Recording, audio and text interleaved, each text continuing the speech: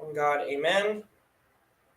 So, welcome to our Soul After Death book club. And I am really excited actually. I've been wanting to do this book for a long time. And our first book club was actually 2 weeks ago because um, we had folks out of town, and then we went to see Sound of Freedom, so that was great. But in that 2 weeks, we had a lot of responses from people. There was a young lady who said that her priest is has assigned our Soul After Death book club to his catechumens, so they're using it for catechesis. So I'm really excited. We examined the rich man and Lazarus. We talked about the life and times of Father Seraphim and the importance of learning about the afterlife. So tonight, we're going to go through chapter 1, and we're going to be talking about some aspects in common with the experiences that people are having that are of a certain kind. So we're going to be getting into near-death experiences, out-of-body experiences, including astral projection, and we're going to be talking about people's LSD trips. We're going to be talking about beings of light that people encounter.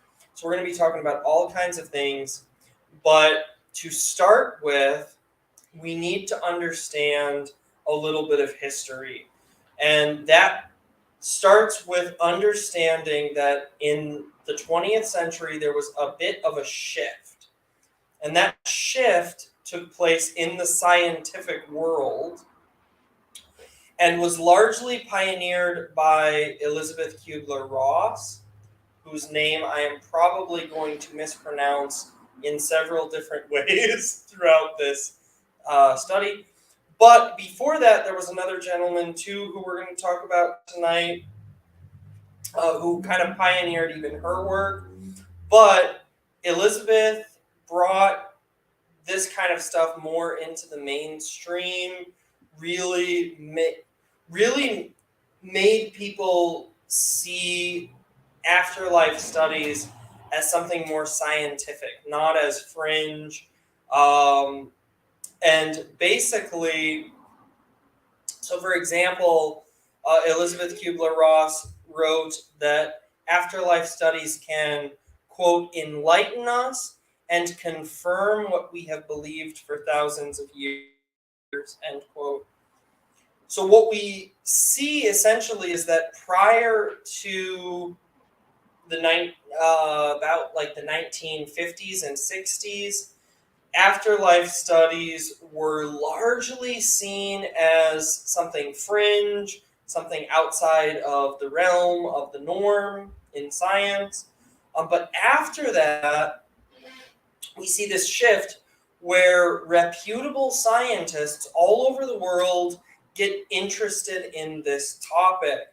Father Seraphim writes, all of this, of course, is an abrupt departure from the hitherto prevailing atmosphere in the medical and scientific circles, in which, in general, it has been viewed as a taboo subject and relegated any idea of after-death survival as being fantasy or superstition, or at best a matter of private belief for which there is no evidence. But nevertheless, as we've been saying, we see that in our day, by the time we get to our day, this is pretty mainstream. This has actually been something that modern atheist apologists have taken note of and have been trying to deal with. And in a lot of ways, this is something that has created a shift to where a lot of people have not been able to hold on to their atheist, strictly materialist worldview because of the prevalence of, even into the modern world, belief in the paranormal, the supernatural, and afterlife studies. A big part of this has come about because of medical technology, really, because of the advent of resuscitation technology, people who previously would have just died because of defibrillators, even people who have been dead for a short period of time are able to be resuscitated. And multitudes of these people have experienced a taste of death, which has resulted in us having a pool of witnesses, so to speak, to where this is now something that can be kind of examined scientifically. It's not relegated to the realm of religion and these things. There's actually scientific and, we might say, eyewitness accounts that people can go to.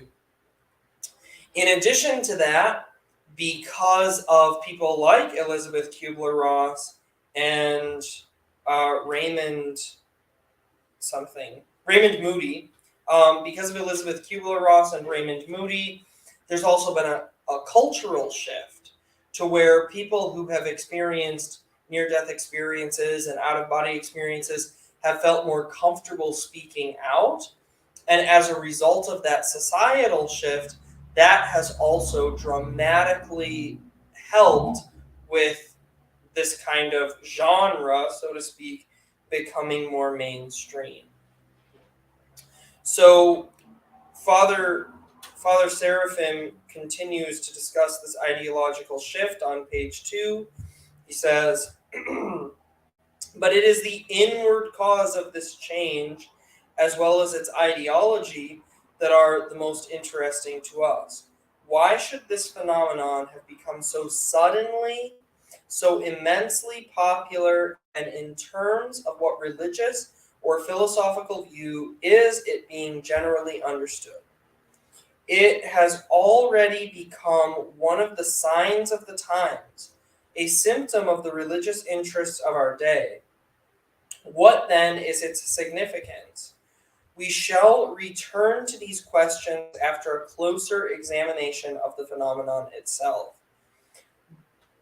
So, it was sudden in his day. It probably doesn't feel sudden to us watching this, because realistically, anybody who's watching this has probably been raised in a very different milieu. But from Father Seraphim's perspective, he went from living in a world where the idea of afterlife was seen, at least in the scientific community, as very fringe, to that being very mainstream and being actually the majority position. He also, since then, since Father Seraphim said that, we've seen multitudes of best-selling books, and it's become really a phenomenon in popular culture.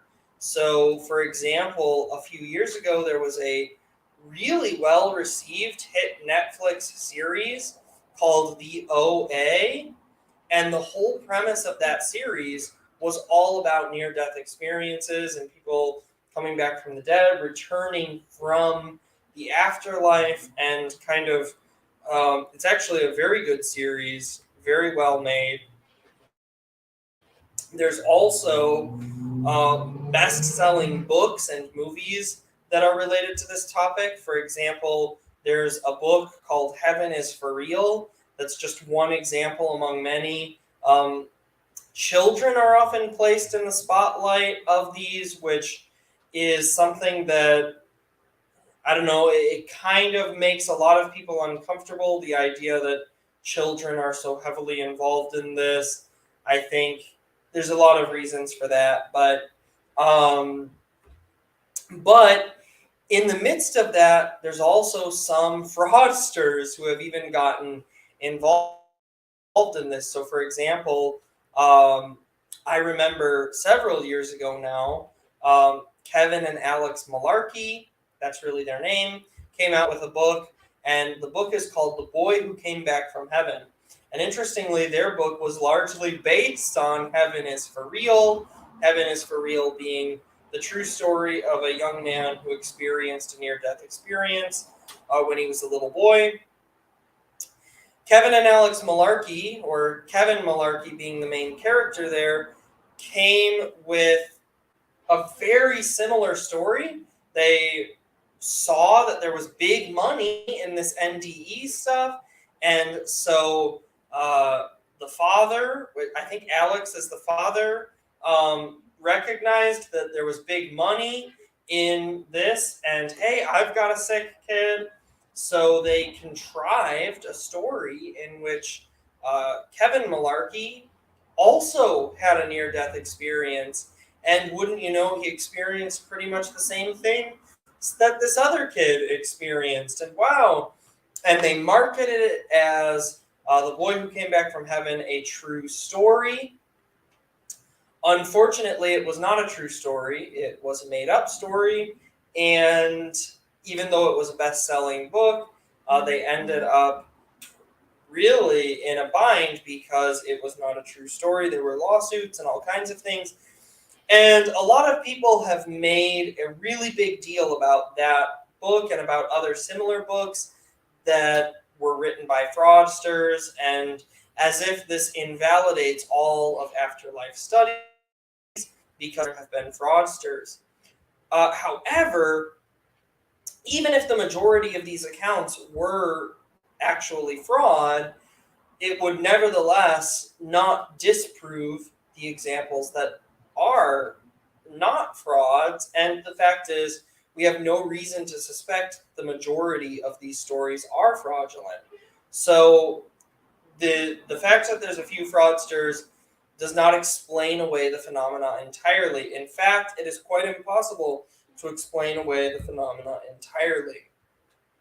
Father Seraphim goes on to say, but first we must ask, on what basis are we to judge these phenomena?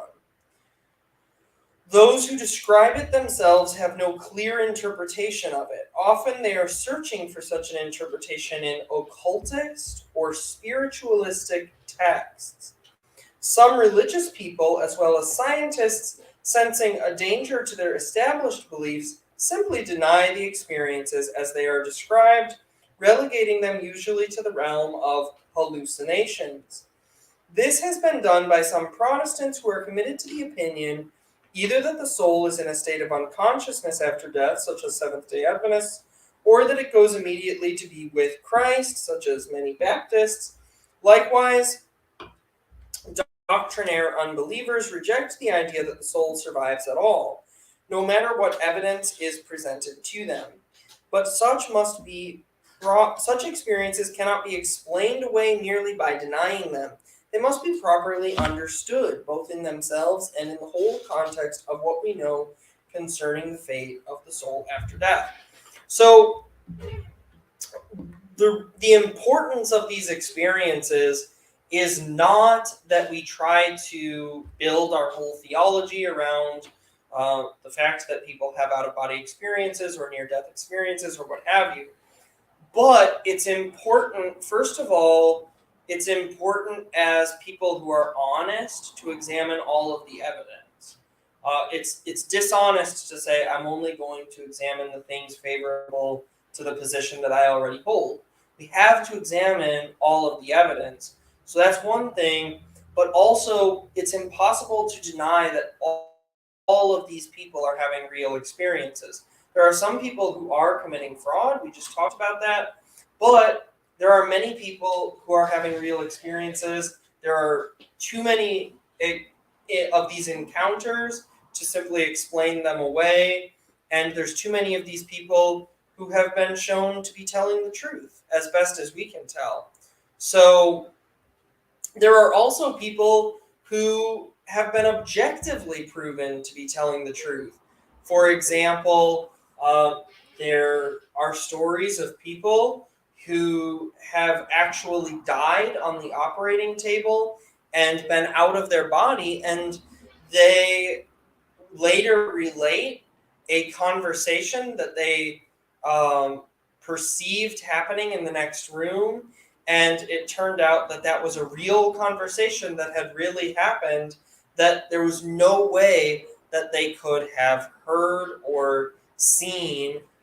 People have described things that they shouldn't know about. There was a woman who died, or I think it was a woman who died, and when her soul left her body, she said that she saw a red shoe on the roof of the hospital. Well, she had never been on the roof of the hospital in her entire life, so why would she know that there was a red shoe on the roof of the hospital, except that she knew from the fact that her soul had somehow perceived it. So there's good reason to believe that many of these experiences are real experiences that people are having, and we can't explain them away or deny them entirely. So oftentimes the thing that is said in response to the idea of afterlife studies is something to the effect of, well, you can't know what's on the other side. So, for example, I've heard people say, well, you've never been there, so you just don't know. You just have no way of knowing. Nobody has gone there and come back. That's not true if you're a Christian. You don't really believe that. But nevertheless, that's what people say. Another one is that I've heard a lot is that it's all just sort of a mystery and speculation, and all of this stuff is very speculative, and we shouldn't put too much stock in studying these things. And unfortunately, I've even heard many Orthodox Christians say similar things about afterlife studies, that it's all just sort of hocus pocus. We can't really know anything about this stuff. We should just kind of accept that it's mystery and move on. Well, if that's what you're thinking, then I have good news for you, or rather, Father Seraphim does. So let's see what Father Seraphim Rose has to say. He says, quote, on the contrary, of course, Orthodox Christianity has a quite precise doctrine and view of life after death, beginning from the very moment of death itself. This doctrine is contained in the Holy Scriptures, interpreted in the whole context of Christian doctrine, in the writings of the Holy Fathers, and especially in regards to specific experiences of the soul after death in the lives of the saints, and anthologies of personal experiences of this sort. The entire fourth book of the Dialogues of St. Gregory the Great, Pope of Rome, for example, is devoted to this subject. In our own days, an anthology of these experiences taken from both the ancient lives of the saints and the more recent account has appeared in English, called Eternal Mysteries Beyond the Grave, from Jordanville. That book is from 1968. And just recently there was a printed, again, this is recently for him, there was a reprinted and English translation of a remarkable text written in the 19th century by someone who returned to life after being dead for 36 hours.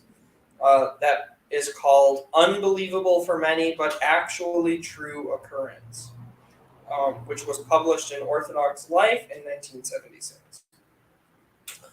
He goes on, he says, the Orthodox Christian thus has a whole wealth of literature at his disposal by means of which it is possible to understand the new afterlife or after death experiences and evaluate them in the light of the whole Christian doctrine of life after death. So, again, so basically the Orthodox tradition is very broad on this subject. We have a lot of information that we have to comb through. We're not going to go through all of it tonight, obviously, but it should give us hope that there is actually quite a bit of good information that we can examine, and that we can weigh these near-death experiences and out-of-body experiences and LSD trips. All of the data that's available to us, we can weigh against the tradition of the church. We're not left with to just ask ourselves or to just try to deny it. There's a wealth of resources that are trustworthy that we can look to. Now, and he mentioned too different Protestant positions and other things. Obviously, atheists find these things difficult to reconcile with. He mentioned the idea of people who believe in soul sleep, like Seventh day Adventists and Jehovah's Witnesses do, or people who believe in this sort of immediate, like you die and then instantly you're in heaven. As Father Josiah Trenum has pointed out, the word immediately does not appear in the Bible in this context. There's nothing that indicates to us that the instant we die, we are with Jesus. Yes, St. Paul said that it was better to die and be with Christ, but he did not say, when you die, you will immediately be with Christ. That's being added and interpolated by people who hold this position. Now, right this moment, I'm not saying that that position is wrong. We're going to weigh that position against other positions.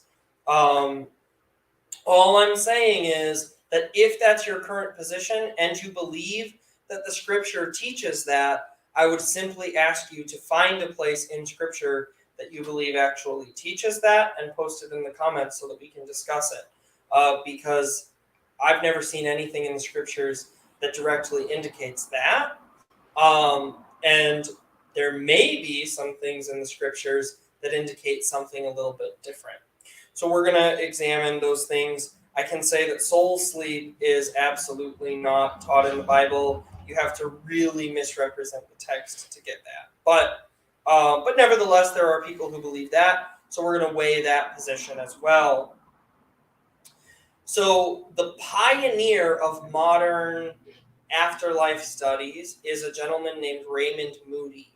A quote from Raymond Moody is, "I have absolutely no fear of death. From my near-death research and my personal experience, death is, in my judgment, simply a transition into another kind of reality," end quote.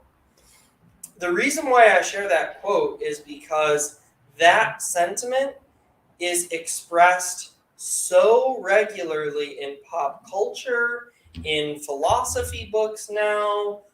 When I was at university, a Christian university, I repeatedly heard that sentiment expressed in philosophy classes at a Christian university. The idea that death is just a transition into another kind of reality, bro. And it's all good, and there's nothing to worry about. Don't fear anything. So, so this is very influential in our society. The pioneer of this idea, Raymond Moody, his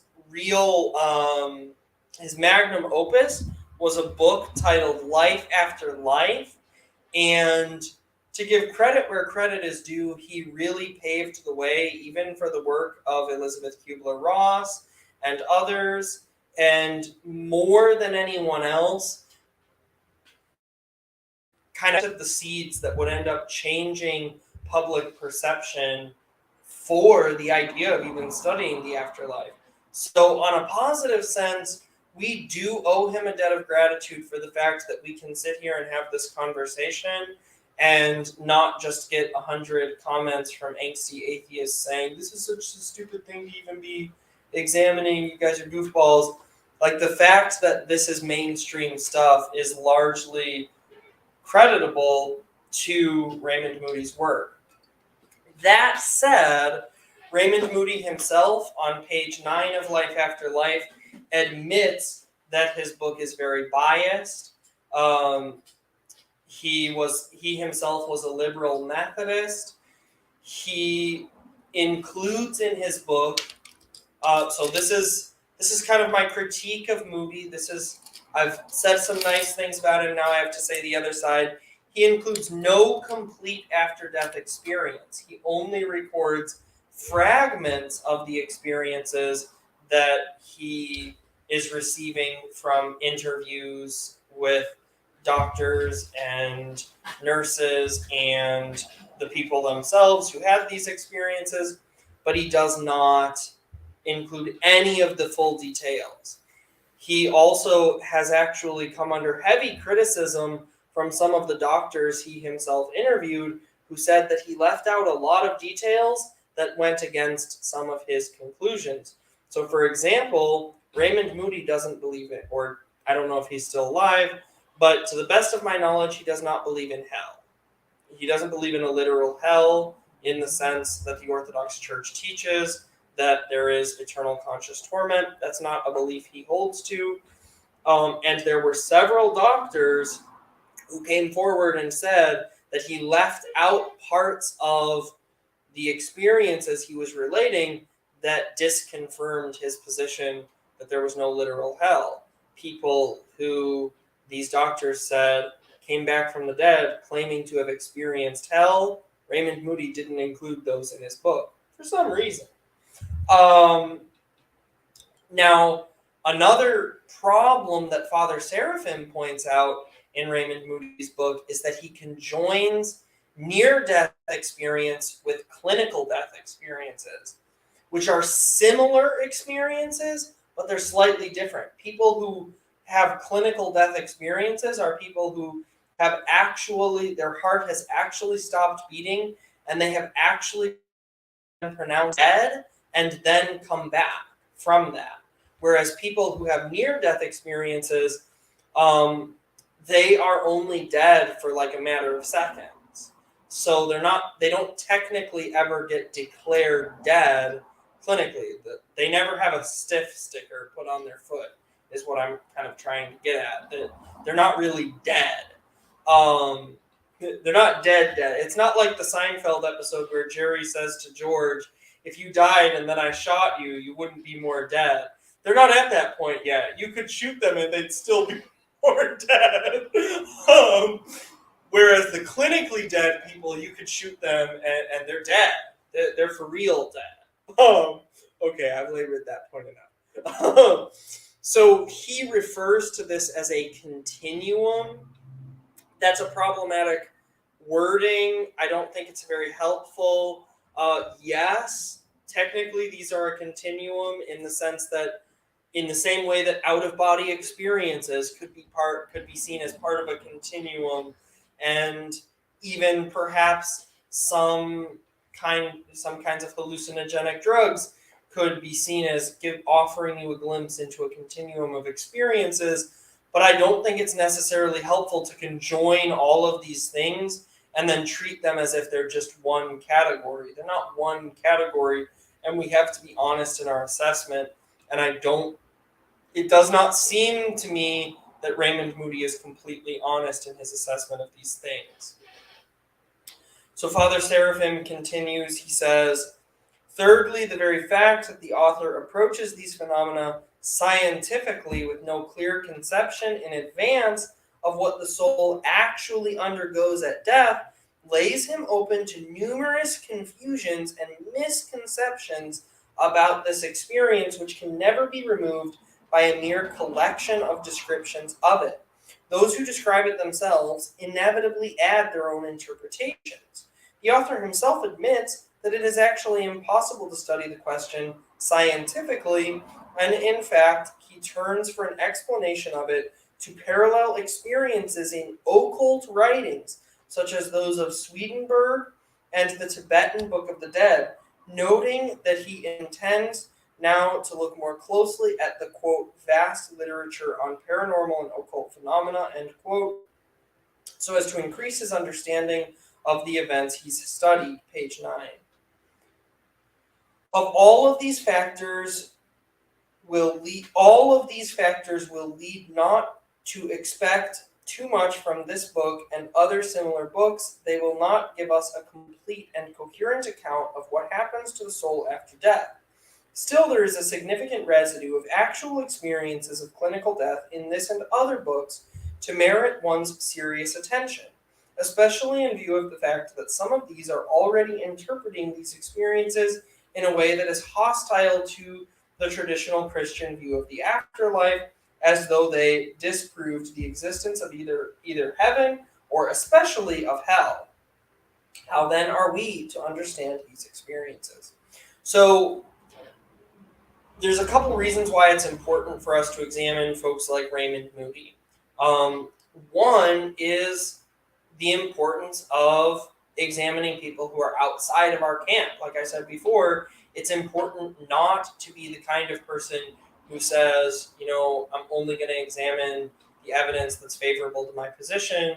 It's like Lutheran satire said that being an atheist and saying there's no evidence for God is like saying that barium doesn't exist. And then when your lab partner says, what do you mean barium doesn't exist? And you say, well, I can prove it. I just threw out all the samples of barium, so now there's no evidence that barium exists. Like, that's basically how atheists do science. They say there's no evidence God exists as long as you discount any evidence that God exists. And that's what we want to not do. We don't want to say, my position about the afterlife is true, and I can prove it by only examining Orthodox resources. Like, that's not an honest approach. So, even though Raymond Moody does not have a perfect method, and even though there's all of these criticisms that we've just levied, there's still a lot of good studies that are happening here. There's still a lot that we need to examine, and it's important to challenge our own presuppositions in that way anyway. So that's the importance of all these studies. We have to make the best use of all the available data. And when we do that, there are a few key elements that in Raymond Moody's work, and also Elizabeth Kubler-Ross and other best-selling authors in this field, there's some common elements that keep coming up. So the first one of those is the out-of-body experience, which, by the way, this doesn't only happen in near-death experiences. There are people who experience this in terms of astral projection. There are people who experience this even unintentionally. For example, my grandmother, for some reason, she would have these experiences really regularly, and she never learned astral projection or anything like that. It was just something that she sort of did, not even consciously. It would just happen to her. So, in that sense, there are people who just have these experiences for whatever reason. There are also people who seek it out. There are people who, through rituals or through different practices, learn how to astral project. And all of those people experience being outside of their body for one way or another.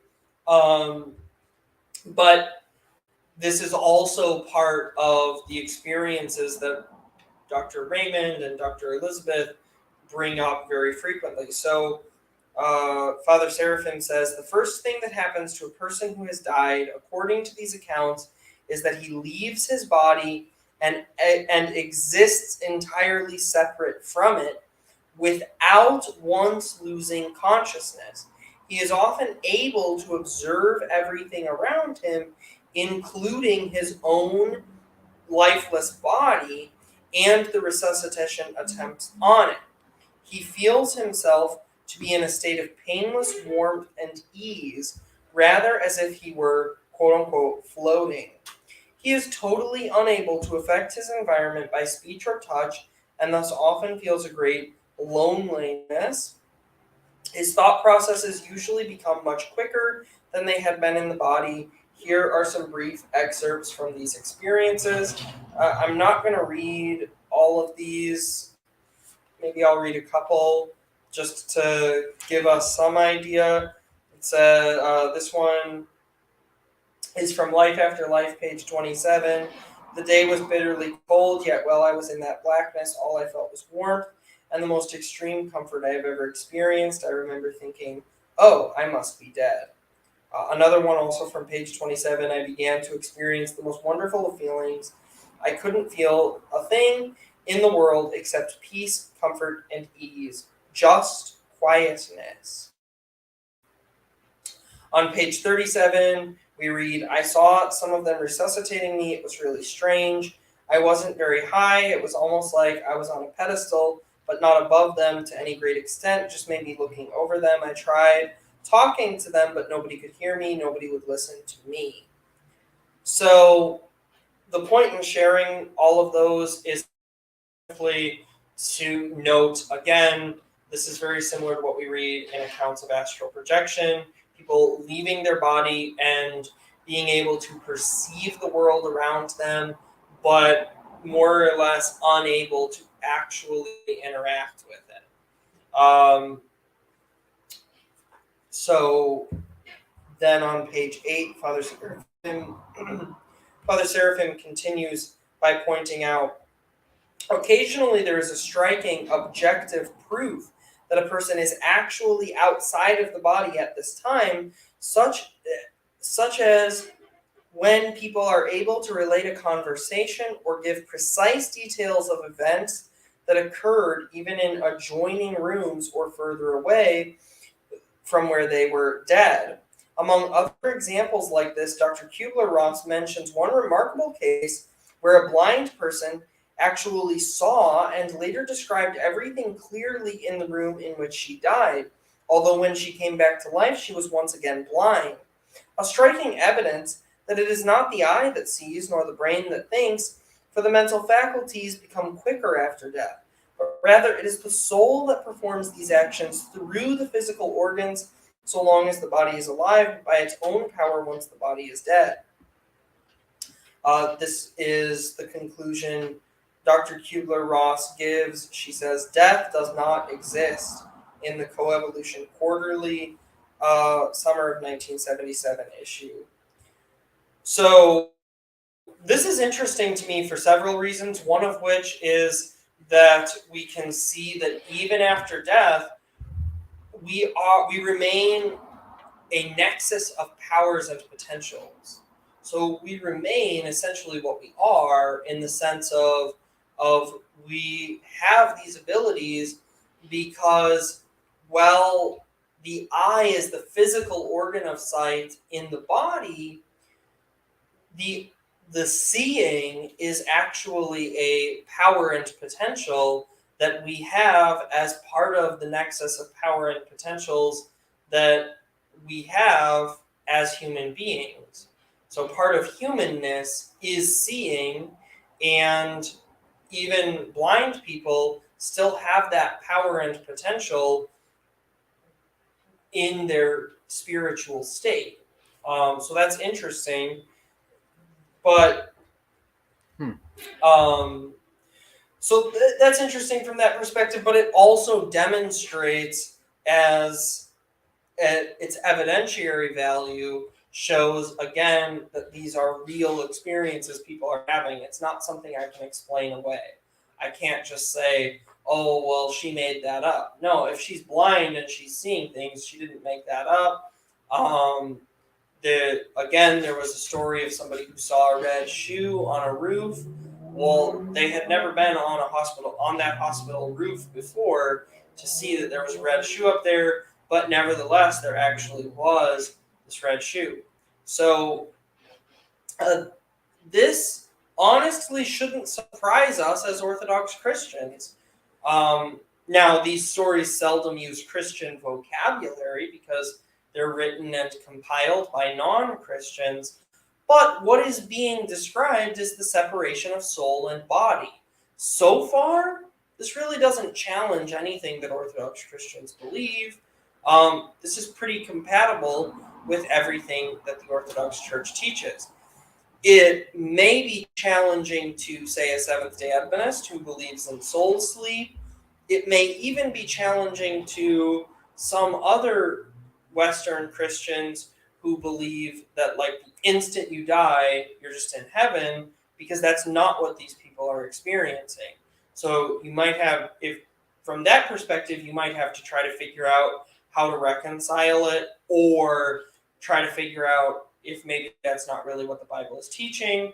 But from the Orthodox Christian perspective, we believe that at death, the first thing that happens is that the soul is separated from the body. So it makes sense that the first thing these people would experience would be essentially an out-of-body experience. Father Seraphim relates these to the story of the unbelievable for many but actually true occurrence, which is the longest title of any book ever written. um, but uh, but he relates these to this. So he says, the account of an after-death experience entitled "Unbelievable for Many but Actually True Occurrence" was written just such a person, a baptized Orthodox Christian who, in the spirit of the late 19th century, remained indifferent to the truths of his own faith and even disbelieved in life after death. His experience of some 80 years ago is of great value to us today and seems even providential in view of the new after death experiences of today, because it is a single whole experience of what happens to the soul after death, going far beyond the brief and fragmentary experiences described in the new books. Made by a sensitive individual who began from the modern state of unbelief and ended by recognizing the truths of Orthodox Christianity to such an extent that he ended his days as a monk. This little book actually may serve as a test case against which to judge the new experiences. It was approved as containing nothing opposed to the Orthodox teaching on life after death by one of the leading Orthodox missionary printers at the turn of the century, which is Archbishop Nikon of Vologda. So the point is that we can see very similar details. Again, so far, nothing is challenging orthodoxy. For example, in seemingly unbelievable occurrence, almost unbelievable occurrence, we read, "Suddenly I felt a calm within myself. I opened my eyes, and everything that I saw in the course of that minute, down to the slightest details, registered in my memory with complete clarity. I saw that I was standing alone within a room. To the right of me, standing about something in a semicircle, the whole medical staff was crowded together. This group struck me with surprise. At the place where they were standing, there was a bed. What was in it that drew the attention of these people? What were they looking at? When I already was not there. When I was standing in the midst of the room, I moved forward and looked where they were all looking, and there on the bed, I was lying." So he goes on and describes the event, but the point is that once again we see that the first thing he experiences is this out-of-body experience. So again, nothing in the modern books so far is challenging the Orthodox perspective, because we have already seen this in the lives of the saints, that you do see this sort of out-of-body experience being kind of the first step, if you will. And he's seeing his own body, so he's seeing details, and the actual account goes much more in detail. I'm not reading all of it, but he's seeing things that he couldn't have known were happening apart from this experience being real. Father Seraphim continues on page 10. The state of the soul in the first minutes after death is not described in such detail in the Christian literature of antiquity. There, the whole emphasis is always on the much more striking experiences that come later. It is probably only in modern times, when the identification of life with life in the body has become so complete and pervasive, that we should expect to see such attention paid to those first few minutes, when the expectations of most modern men are turned so thoroughly upside down, with the realization that death is not the end. Life continues. A whole new state opens up for the soul. There is certainly nothing in this experience that contradicts Orthodox teaching on the state of the soul immediately after death. Some, in criticizing this experience, have raised doubt that a person is actually dead if he is revived within a few minutes, but this is only a technical question, which we will comment on in due time. The fact remains that these few minutes, sometimes in the minutes even before death also, there are often experiences that cannot be explained merely as hallucinations. Our task is to discover how we may understand these experiences. So Again, I love Father Seraphim's method here. He's not he's not going to be dishonest. He's going to examine all the evidence. So, but so far, it doesn't really present any challenge. Now we're getting to the second of the common elements of these stories, which is meeting with others, meeting with other persons or entities. So on page 11, Father Seraphim says, the soul remains in its initial state of solitude after death for only a very short time. Dr. Moody quotes several cases who, even before dying, suddenly saw already dead relatives and friends. Interestingly enough, there's a YouTube channel called The Paranormal Scholar, and the young lady who runs that channel, Laura Roughton, actually has a really, really awesome video that she's done about this very phenomenon of people meeting with dead relatives after they pass away. And there's all kinds of these stories. Even people who didn't really know their relatives, oftentimes they experience a beloved pet that they meet immediately upon death, or not immediately, but in this state of out of bodiness, they encounter like a beloved pet or a sister. There was one gentleman who had been a twin, and his twin brother had actually died, similar to what happened to Elvis, where he had been a twin, but his twin brother died in infancy. And so, but this person said that when he had this out-of-body experience, after a while, he met someone who looked exactly like him, who came to meet him and said, basically said to him, your time is not yet, but when your time comes, I will guide you to the other side, or whatever. The point is that people all over the world encounter other people, usually someone who is in some way familiar to them, and this is a very common occurrence. I'm not going to read any of Dr. Moody's descriptions of this. You can read that yourself or watch Laura Roughton's video. She does a really good job of going through a lot of Dr. Moody's, Dr. Elizabeth Kubler-Ross's. So I'm not going to beat a dead horse with that. But there's actually another book by Carlos Osis and Erlander Haraldsson, and they wrote a book that is called The Hour of Death. And their book is actually much more scientific. It has a much larger sample size of people from all over the world. And they very much focused on this very occurrence, because they noticed that people all over the world were having essentially the same, no matter how they had been raised, if they had been raised Christian, or if they had been raised Muslim, or if they had been raised Seventh-day Adventist, or if they had been raised Hindu.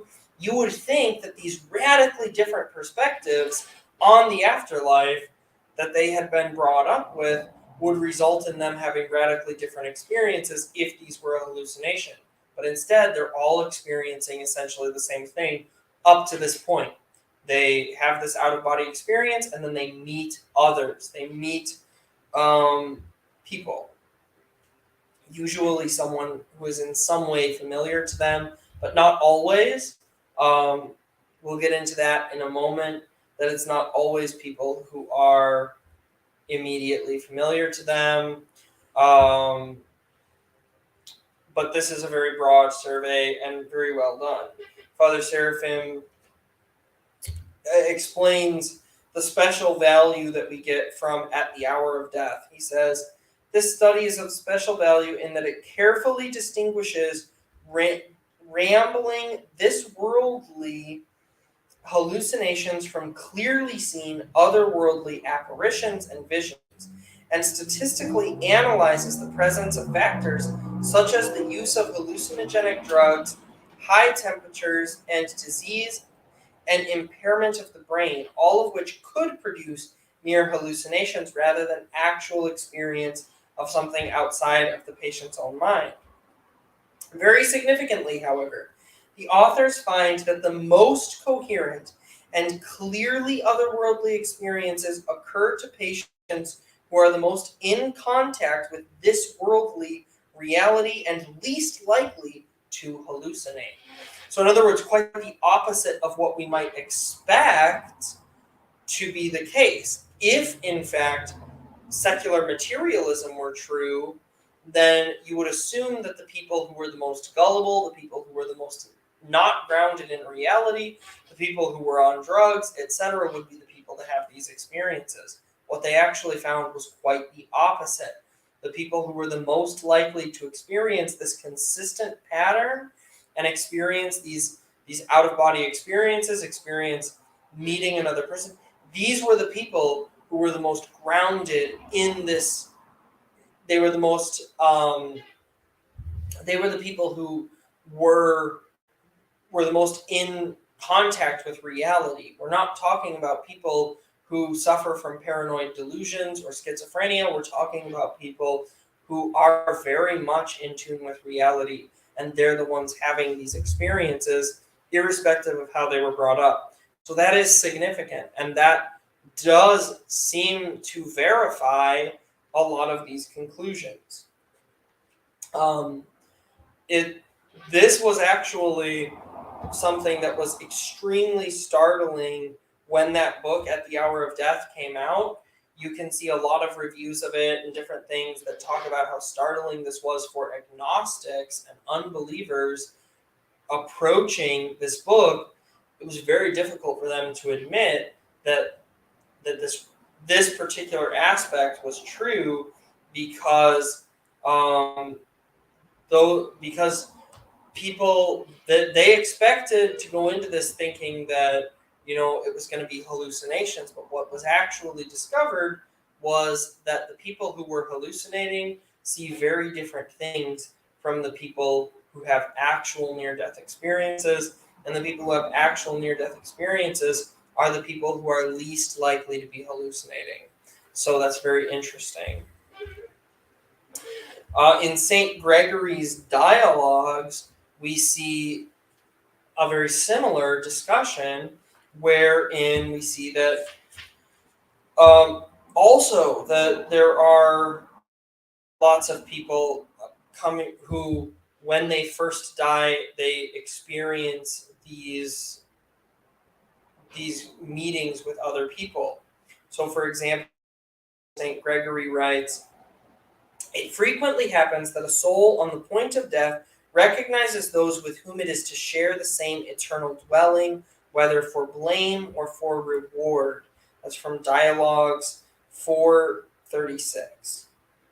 He also says, specifically with regard to those who have led a righteous life, St. Gregory notes that it, quote, "often happens that saints of heaven appear to the righteous at the hour of death in order to reassure them, and with the vision of the heavenly company before their minds, they die without experiencing any fear or agony," end quote.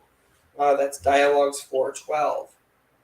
He gives examples of angels, martyrs, the Apostle Peter, the Theotokos, and even Christ himself visiting the dying. So this is something that is seen in the lives of saints and sinners alike, and where now the difference is that saints experience saints coming to greet them, whereas sinners experience, not saints coming to greet them. So that's something to note there, that the people you're seeing are the people you're going to spend the rest of eternity with. So that can be interesting as well. But was that? I was going to say, so act accordingly. Right, so act accordingly. But often the important thing to note here is that, once again, the modern books so far aren't really challenging orthodoxy in any way. We can simply say, yeah, this is exactly what we would expect to see if orthodoxy were true. But this is something that is not experienced only by saints. In fact, um, there's a thing called extrasensory perception, and many accounts of people near death seem to indicate that as we get close to death, um, this extrasensory perception becomes much more palpable.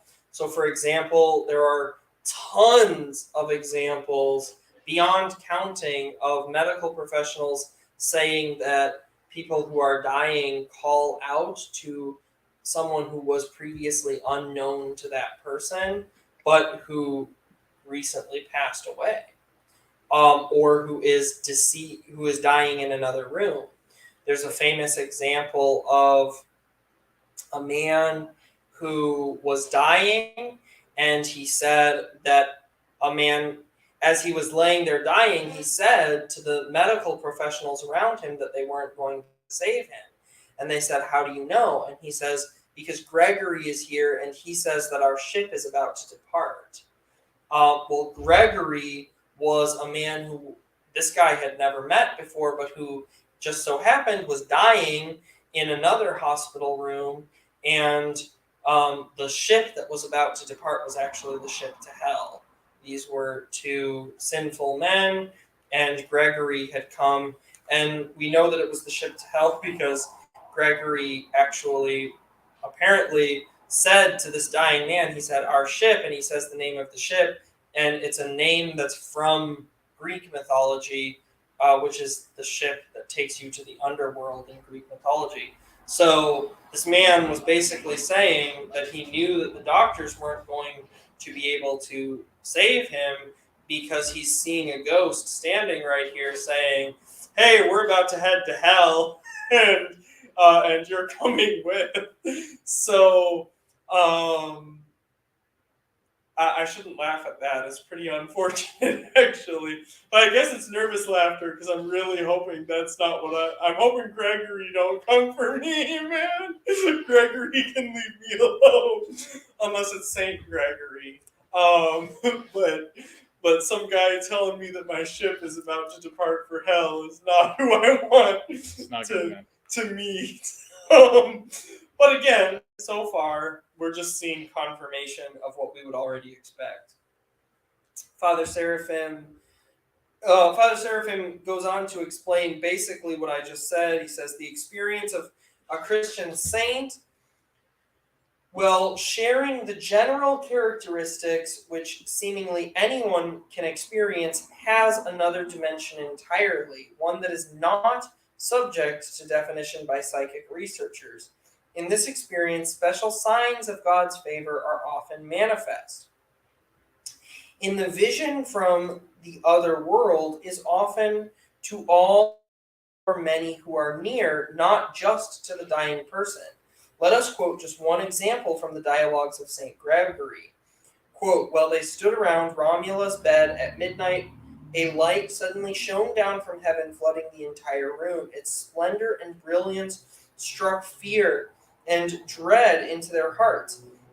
Then they heard the sound of an immense throng, and the door of the room was thrown wide open, as if a great number of persons were pushing their way in. Those who stood around the bed had the impression that the room was being crowded with people, but because of their excessive fear and extreme brightness, they were unable to see. Fear paralyzed them, and the brilliant light dazzled their eyes. Just then, a delightful odor filled the air with the fragrance and calmed their souls, which were still terrified by the light. Looking at her spiritual mother, Redempta, she said in a pleasant voice, 'Do not fear, mother, for I shall not die yet.' For 3 days the fragrance remained, and on the fourth night Romula again called her mistress and asked to receive Holy Communion. Scarcely had Redempta and her other disciple left the bedside when they saw two choirs of singers standing at the square in the front of the convent.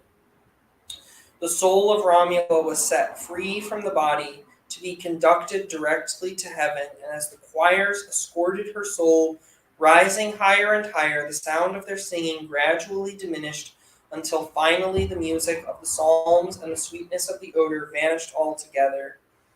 Or, end quote. Orthodox Christians will remember similar incidents in the lives of many saints. So, this is something that is unique to the lives of the saints. Only saints get this particular near-death experience, if you will. When saints are dying, sometimes, not all the time, there are saints who don't get this. Lots of saints, obviously saints who die in martyrdom don't get these manifestations necessarily because they're surrounded by their enemies. But very often, when saints are dying, there's a couple of unique things. One is that people around them see the same things they're seeing. That's unique to saints. When regular people die and they see something, that's something that the other people there aren't seeing. Nobody else saw Gregory telling the guy that he was going to hell. Only he saw that. But we know that it was true because there was no way that he knew that some guy named Gregory died 2 rooms over. There's no way he knew that. But we see that other people are often given a glimpse into the death of saints, which I believe is to help encourage us to imitate the saints. So God is giving us a glimpse of that. And we also see that the saints, when they're dying, sometimes, again, not always, but sometimes experience something that gives them a special measure of assurance of God's favor. But there are also stories that give hope to all of us. So, Father Seraphim mentions Saint Sissios, who, when he was dying, he saw a throng of angels, and the other monks that were at his bedside, they also could see the angels, and they were very excited for Father Sissios because they knew that this throng of angels meant that he was going to heaven. But then they saw him start whispering something. And as he's whispering something, they asked him, "Father, what are you saying?" And he said, "I'm begging the angels for just a little more time." And they said, "But why, Father? Why do you need more time?" And he said, "Time to repent." And they said, "But you're already perfect. What do you need to repent of?" And he said, and he laughed and said, I don't think I've even begun to repent. Now, I think St. Sissios was just an extremely humble man. To the eyes of all around him, he was perfect, but he knew the depths of his soul. But again, there's stories that give all of us hope. For example, there's a famous story of a monk who was very sinful, and he had committed many, many sins throughout his life, but he never judged anyone. He was not judgmental. He was very kind and compassionate.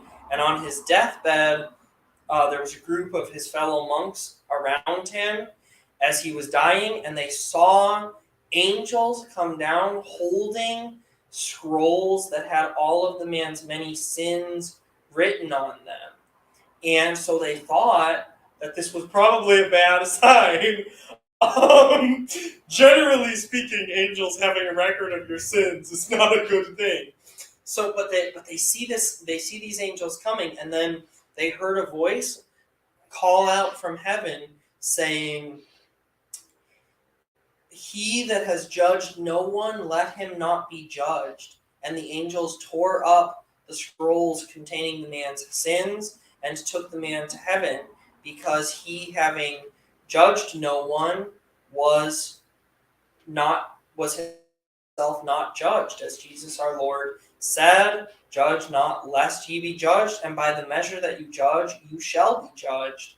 And so he, having judged no one, and having weighed no one against any measure, was himself received, because all of those sins were not judged. There's also a story which is much more powerful to me. There was a monk who lived in Greece, and there was every single day he would go into the village and he would drink and he would get drunk and he would come back to his monastic cell, and he'd have to get like escorted back, by his fellow monks, and you know, it, they didn't like him in this monastery. Let's put it that way. But for some reason, the abbot of the monastery would never kick this guy out, and the monks never knew why. They just knew that this annoying monk never got kicked out, despite the fact that from their perspective, he wasn't a very good monk. But one day, the inevitable happened, and he died. And at first, they didn't want to tell the abbot of the monastery that he was dead. And the reason they didn't want to tell him was because they did not want to bury him with monastic honors. And the reason was because they felt that he had brought scandal to the monastery and he didn't deserve to be buried with monastic honors. But when they went to the abbot, before they even spoke, the abbot said, "Brother Theodore has died." And they said, "How did you know, Father?" And he said, "I know that Brother Theodore has died because I saw a train of angels come down from heaven and take him up." And they said, "Oh, are you sure you're talking about the same Brother Theodore? Because I don't think that happened." And he said, "I do know that it was that Theodore, and I'm going to tell you all something. You think that you knew Brother Theodore because you had to go get him from the bar or whatever. But I was his confessor for 30 years. And I was also, you don't know this, but I was his mother's confessor too. She used to come to the monastery and I would hear her confession. And so I know a lot about his life that you guys know nothing about. And back when Theodore was a baby, his village was conquered by the Turks. And what the Turks would do is anytime a child grew to be like 10, he would be taken and forced to join their army and then forced to fight against other Christians. And his mother, fearing this for her son, realized that the Turks would never forcibly draft someone who was a drunkard. So she mixed just a tiny bit of alcohol into his milk when he was a baby and basically turned him into an alcoholic. So that by the time he was even 10 years old, he was already an alcoholic, and the Turks considered him unfit to be drafted into their disgusting, degenerate military. But this poor woman was very grieved about the fact that she had turned her son into an alcoholic. And this monk never overcame his alcoholism. But what nobody knew except for the abbot was that every single day, even though he still drank, and even though he still drank to the point where he was getting drunk, every single day he drank just a little bit less. And so the abbot said that, well, all of the other monks and all the people in the village saw nothing but a drunkard. God saw a soldier and a warrior who was slowly but surely destroying his sins. And so, yes, that man was escorted to heaven.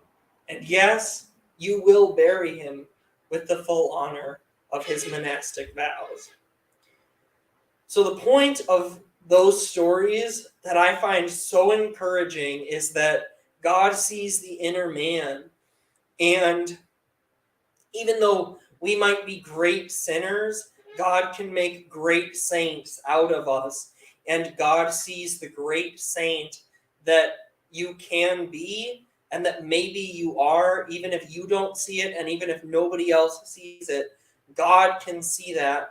And so we don't need to live our lives in discouragement and fear. We can live in hope because God is greater than our sin and he has power over our sin. And even if it doesn't feel like you're overcoming your sin, when you're at your deathbed, God will look upon you and he will see exactly who you really are.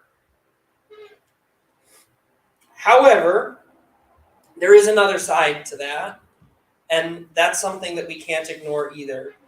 And that is the existence of the demons. So, Father Seraphim says, to answer the first of these questions, let us remember that Doctors Osis and Haroldson report many dying Hindus seeing the gods of their Hindu pantheons, such as Krishna, Shiva, Kali, etc., rather than those relatives and friends commonly reported in other places. Yet, as St. Paul so clearly teaches, these gods are nothing in reality, and any real experience of gods is demons. 1 Corinthians 10:20. Who then do these dying Hindus actually see? Doctors Osis and Haroldson believe that the identification of these beings who are encountered is largely the product of subjective interpretation based upon the religious and cultural and personal background. And this seems indeed a reasonable judgment that will fit most cases.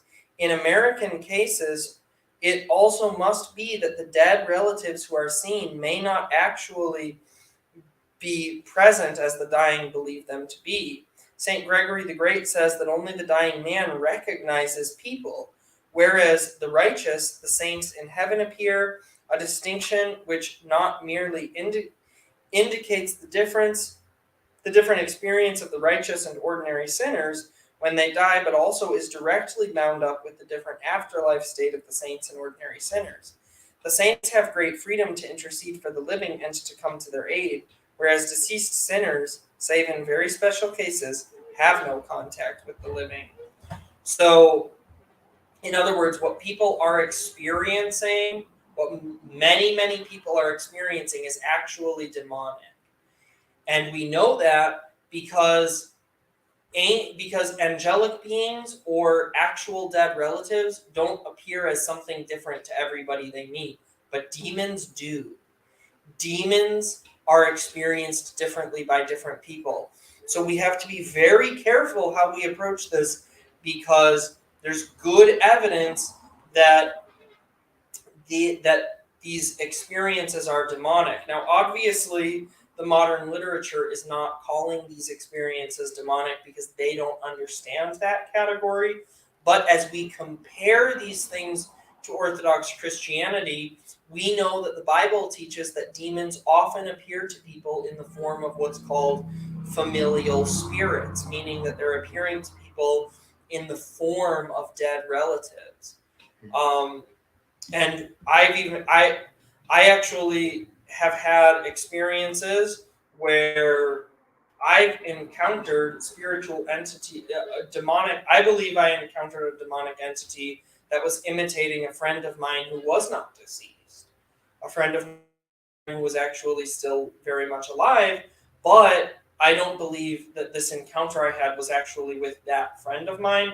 I believe that it was a demon imitating him, and I could share that story, but for the interest of time, I won't. The point is that in scripture, in tradition, and even in the lives of people today, you can see that demons often imitate other people. But the last thing we're going to explore is the so-called beings of light, or being of light, that people encounter. And this is something that people see during drug-induced hallucinations sometimes. It's something that people see in out-of-body experiences, and it's very much something that people see in these near-death experiences. So we're going to explore that now. Father Seraphim writes, this experience Dr. Moody describes as, quote, perhaps the most incredible, common element in the accounts I have studied, and certainly the element which has the most profound effect upon the individual, end quote. From Life After Life, page 45. Most people describe this experience as the appearance of a light which rapidly increases in brightness, and all recognize it as some kind of personal being filled with warmth and love, to whom the newly deceased is drawn by a kind of magnetic attraction. The identification of this being seems to depend on one's religious background. In itself, it has no recognizable form. Some call it Christ, others call it an angel, but all seem to understand that it is a being sent from somewhere to guide them. And then he says, here are some accounts. I'm not going to read the accounts for the interest of time. You can either read those yourselves or look them up. Most of them are taken from pages 47 and 48 of Dr. Moody's book, Life After Life. Or you can read them on page 20 of The Soul After Death. But people call these angels, even Christ, and they describe them as being.